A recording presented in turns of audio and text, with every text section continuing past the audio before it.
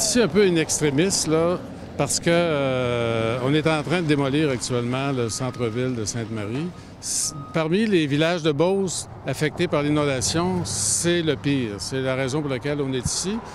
Ça ne veut pas dire que ce n'est pas dramatique ailleurs, mais le plus touché, c'est celui de Sainte-Marie, parce que c'est le cœur même de la place qui est en cause. Le centre commercial, le milieu de vie de Sainte-Marie, les petits commerces de proximité, les cafés-terrasses, les maisons anciennes, tout ce qui fait le cœur attractif de la place, là, est en train de disparaître.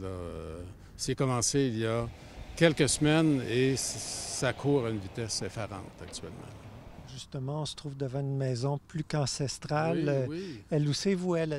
On est venu ici il y a 2 semaines et aucun indice ne laissait paraître que cette maison-là allait disparaître. Et on arrive ce matin, là, et tout est à peu près vidé, la pelle mécanique s'en vient.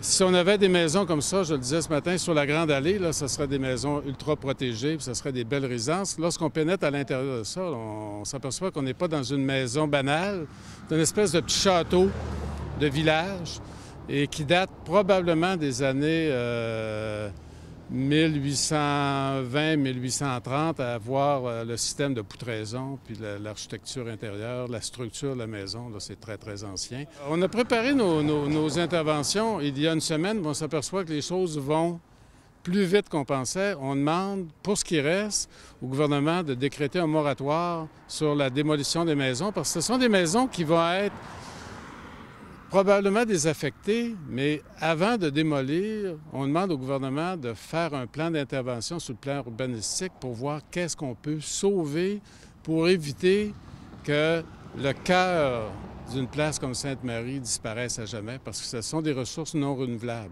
On ne peut pas reconstruire des choses comme ça. C'est comme une terre agricole. Quand on a enlevé le dessus de la terre, c'est inévitable, il n'y a plus aucune agriculture qui se fait.